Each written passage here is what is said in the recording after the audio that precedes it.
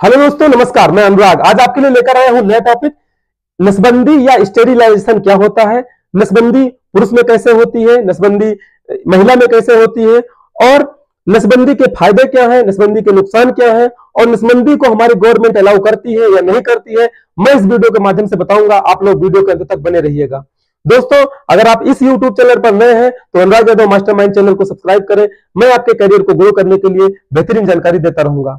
दोस्तों, आज का टॉपिक है नसबंदी। नसबंदी को ही इंग्लिश में स्टेरिलाइजेशन कहते हैं। अगर हम स्टेरिलाइजेशन की बात करें, sterilisation is a surgical procedure that leaves the person unable to reproduce. मतलब ये नसबंदी जो है, इसको जो है स्टेरिलाइजेशन बोलते हैं, और ये स्टेरिलाइजेशन को ही एक प्रकार से एक सर्जिकल प्रोसीजर है, एक प्रकार से सर्जरी है। एक प्रकार से कह सकते हो कि एक यूरोलॉजिस्ट द्वारा जो है ये सर्जरी की जाती है।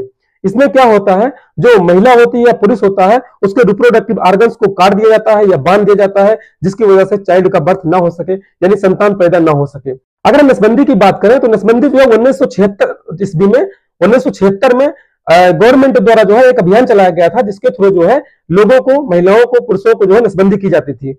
उस नसबंदी में जो है लोगों की राय होना बहुत जरूरी था कि मतलब अगर व्यक्ति रेडी है या महिला रेडी है तो उसको जो नसबंदी के लिए भेज दिया जाता था। और एक दंड संहिता है हमारी भारतीय दंड संहिता 1860 में, वो जो है उसके अनुसार आप जो है नसबंदी करा सकते हैं, जो कि गैर कानूनी नहीं है। आप जो है अपनी इच्छा अनुसार, अगर आप संतान नहीं चाहते हैं, आप चाइल्ड बर्थ नहीं चाहते हैं, तो आप जो है करा सकते हैं नसबंदी। अगर हम बात करें पुरुष नसबंदी की, तो पुरुष नसबंदी में जो है जो भी नसबंदी होगी वो डॉक्टर की सलाह से ही होगी और डॉक्टर के गाइडेंस में ही होगी। और इसको जो है एक यूरोलॉजिस्ट डॉक्टर होता है, जो यूरिनरी सिस्टम को जानता है, पूरी तरह से जानकारी होती है, वही डॉक्टर जो है इसकी नसबंदी करता है। अगर किसी एक व्यक्ति की बात करें तो किसी एक व्यक्ति अगर वो कराना चाहता है तो डॉक्टर क्या करता है, सबसे पहले उसे जो है एक ऐसे रूम में लेके जाता है जहां पे जो है पूरी तरह से क्या कहते हैं कि उसमें जो है कोई इंफेक्शन ना हो, कोई बैक्टीरियल इंफेक्शन ना हो, कोई वायरल इंफेक्शन ना हो, वहां पे लेके जाता है। उसके बाद उसके अंडकोश को क्या करता है, उसमें जो है एनेस्थीसिया देता है। एनेस्थीसिया देने के बाद में क्या होता है, पूरा अंडकोश जो है पूरी तरह से सुन्न हो जाता है, और जिससे उसको महसूस नहीं होता है कि हमें दर्द हो रहा है या नहीं हो रहा है। उसके बाद क्या करता है, उसमें जो है अंडकोश में 2 से 3 जो है चीरे लगा देता है। चीरे लगाने के बाद क्या होता है, लेप्रोस्कोपी जो है उसमें डालने से वो एक जो है नलिका होती है, वाश डिफरेंस। हर पुरुष में जो है वो नलिका दो प्रकार की होती है। वाश डिफरेंस, वाश डिफरेंस क्या होता है, जो स्क्रोटम होता है, स्क्रोटम के नीचे से निकल करके एपिडर्मिस से निकल करके वो जाती है, क्या कहते हैं, हमारी प्रोस्टेट ग्लैंड से अटैच होती है। ये 2 प्रकार से नलिकाएं होती हैं जो हमारे जाकर के जो वाश डिफरेंस होती है, वो 2 नलिकाएं होती हैं जो एपिडर्मिस से जाकर के प्रोस्टेट ग्लैंड से जाकर मिलती हैं, और प्रोस्टेट ग्लैंड पे जाकर के वहां पे जो है एक प्रकार से स्पर्म डक्ट बनाती हैं। वो स्पर्म डक्ट जाकर के हमारे मूत्र मार्ग में खुलता है। तो कह सकते हैं कि जो वही स्क्रोटम से क्या होता है, वही नलिकाएं जो है स्पर्म को ड्यूरिंग सेक्स जो है स्पर्म को जो है हमारे जो है वाश डिफरेंस के थ्रू जो है मूत्र मार्ग में हमारी जो ये स्पर्म होता है वो जाता है। तो इसी नलिका को जो है जो चीरे लगाया हुआ है, उसके बाद लेप्रोस्कोपी डाल करके इस लेप्रोस्कोपी से देखता है कि वो दोनों नलिकाओं को डॉक्टर जो है काट देता है, काट करके उसे बाहर निकाल देता है। उसके बाद जो है उसे बैंडेज करके ऐड कर देता, मतलब उसे बांध देता है। अगर वो बांध जाएगी तो क्या होगा कि स्पर्म जो है मूत्र मार्ग में नहीं जा पाएगा, और ड्यूरिंग एजेकुलेशन क्या है, वो जो है महिला के द्वारा अगर सेक्स होता है यूट्रस वगैरह में नहीं जा पाएगा, जिससे क्या होगा कि पुरुष पूरी तरह से इनफर्टाइल हो जाएगा, और पुरुष में जो है सेक्स तो पावर होगी, लेकिन जो है उसे जो है जो स्पर्म जो जाएगा महिला के यूट्रस में वो नहीं जा पाएगा। ये प्रक्रिया में क्या होता है, ये प्रक्रिया लगभग 99% जो है ये प्रक्रिया सेफ है, यानी कि पुरुष स्टेरिलाइजेशन में जो प्रक्रिया है ये 99% लोगों में सेफ है। और जो है पेशेंट को जो है 20 से 30 मिनट का टाइम लगता है डॉक्टर्स को। उसके बाद 4 से 5 घंटे तक वो अपने क्लिनिक पर रखता है। उसके बाद 4 से 5 घंटे के बाद में पेशेंट जो अपने घर जा सकता है इजिली से, और उसके बाद जो है डॉक्टर की सलाह लेकर के वो जो है मेडिसिन वगैरह कंटिन्यू कर सकता है। इस प्रकार से ये पुरुष स्टेरिलाइजेशन प्रोसेस हुई। अगर हम बात करते हैं महिला नसबंदी की, तो महिला नसबंदी जो है 2 तरह से होती है। एक होता है ट्यूब लिंगेशन, दूसरा होता है एस्योर। अगर हम ट्यूब लिंगेशन की बात करें तो इसमें क्या होता है, महिला को जो है पूरी तरह से रेडी किया जाता है कि वो क्या कहते हैं सर्जरी के लिए प्रिपेयर हो। उसके बाद जो है महिला के जो पेट में जो है 2 से 3 चीरे लगा दिया जाता है। 2 से 3 चीरे लगाने के बाद में क्या होता है, उसमें जो है लेप्रोस्कोपी जो है डाल दी जाती है। लेप्रोस्कोपी के थ्रू हमें पता लग जाता है कि जो फेलोपियन ट्यूब है वो कहां पर है, और उसको जो है डॉक्टर मतलब पहचान लेता है वो फेलोपियन ट्यूब को।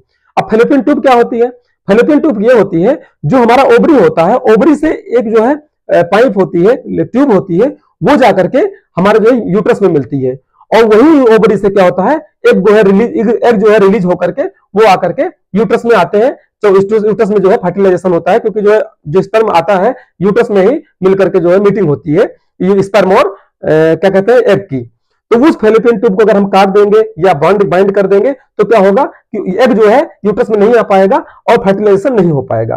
तो सबसे पहले क्या होता है कि हम जो है जैसे उसमें जो है माइक्रोस्कोपिक लेप्रोस्कोपिक के थ्रू डालते हैं, उसके बाद जो है उस ट्यूब को पता लग जाता है। तो डॉक्टर क्या करता है, उसे काट देता है या फिर उसे निकाल देता है। अगर उसे काट देता है तो उसको जो है बाइंड कर देता है। तो ट्यूब जब बाइंड हो जाएगी तो क्या होगा कि एग जो है रिलीज होकर के यूट्रस में नहीं आ पाएंगे। इस प्रकार से ये ट्यूब लिंगेशन हुआ। दूसरा है एस्योर।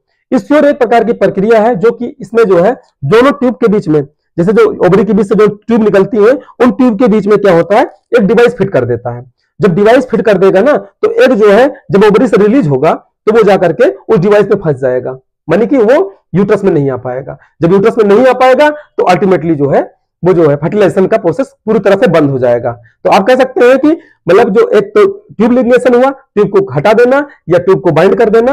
ये दूसरा है कि जो है एस्योर में एक डिवाइस है, उस डिवाइस के थ्रू जो है डिवाइस को लगा देने से दोनों ट्यूबों के बीच में, फैलोपियन ट्यूब के बीच में, तो भी जो है नहीं मतलब कि उस व्यक्ति उस जो लेडी है वो जो है पूरी तरह से इनफर्टाइल हो जाएगी और उसमें जो है एग जो है बाहर रिलीज नहीं होंगे। तो इस प्रकार से अगर महिला नसबंदी की बात करें तो महिला नसबंदी को ट्यूबेक्टोमी बोलते हैं और पुरुष नसबंदी को वैसेक्टोमी बोलते हैं। ये इसके अगर फायदे की बात करें तो फायदा जो है नसबंदी के बहुत है। पहला फायदा ये है कि जो है कोई भी अगर गर्भवती नहीं होना चाहती है महिला तो उसका भी फायदा है। दूसरा जो है एक प्रकार से ये परमानेंट इलाज है, इसके द्वारा जो है पूरी तरह से बहुत सारे जो है जो प्रोटेक्टिव यूज करने होते हैं वो नहीं यूज होंगे। तीसरा है ये एक प्रकार से सरल उपाय है जो कि इजिली हो जाता है, ज्यादा टाइम नहीं लगता है, एक दिन के अंदर ही हो जाता है। चौथी बात जो है इसमें जो है क्या कहते हैं कि दर्द रहित प्रक्रिया है एक प्रकार से, मतलब दर्द तो उसके बाद होता है 1-2 घंटे बाद, लेकिन जो उस समय तो नहीं होती है, दर्द रहित प्रक्रिया है। परिवार नियोजित इजिली हो सकता है। अगर किसी चीज से पीड़ित है व्यक्ति, यानी कि वो कोई अपनी बीमारी को जो है लॉन्ग टर्म तक नहीं देना चाहता, यानी कि जेनेटिकली दूसरे जनरेशन में न जाए, उसको रोकने के लिए भी आदमी कर सकता है इसको। कि मतलब कि अगर हमें कोई डायबिटीज या कोई कैंसर जैसी बीमारियां हैं जो जेनेटिकली दूसरे फेज में जाएंगी, उसको रोकने के लिए भी लोग करते हैं। अगर कुछ लोगों को क्या होता है कि 3 से 4 बच्चे हो जाते हैं, उसके बाद वो नहीं चाहता है कि हमारी प्रॉपर्टी वगैरह नहीं है या हमारे कुछ प्रॉब्लम है हमारे साथ में, फाइनेंशियली वीक है, तो वो भी चाहता है कि जो हमारा जो है ये जो है नसबंदी करा सकते हैं वो लोग। अगर हम इसके नुकसान की बात करें नसबंदी के, तो नसबंदी में जैसे जो भी व्यक्ति कराता है उसे तनाव रहता है, चिंता रहता है, कभी कभी लगता है कि आत्मसम्मान की कमी है हमारे अंदर, इस प्रकार से वो महसूस करता है। थायराइड हार्मोन्स वगैरह जो है इम्बैलेंस हो जाते हैं और जो ऑस्टियोपोरोसिस हो जाती है कभी कभी केसेस में, जैसे कि ऑस्टियोपोरोसिस का मतलब हुआ कि लॉस ऑफ बोन, यानी कि बोन हमारा क्षय होना शुरू कर देती है, और जो है हमेशा जो है चिड़चिड़ापन रहता है। इस प्रकार से जो है ये जो है नसबंदी अगर होती है तो उसमें वजन भी बढ़ने लगता है, बहुत सारी बीमारियां भी हो सकती हैं। इस प्रकार से जो है इसके नुकसान भी है। इस प्रकार से सोच समझ के आप नसबंदी कराइए, या आपको जब जरूरत हो या पूरी तरह समझ रहे हो कि हाँ भाई नसबंदी कराना बहुत जरूरी है, तभी आप कराइएगा और डॉक्टर की सलाह से ही कराइएगा। अगर आपको ये वीडियो पसंद आया हो तो लाइक करिएगा, सब्सक्राइब करिएगा। मैं मिलता हूं ब्रेक के बाद।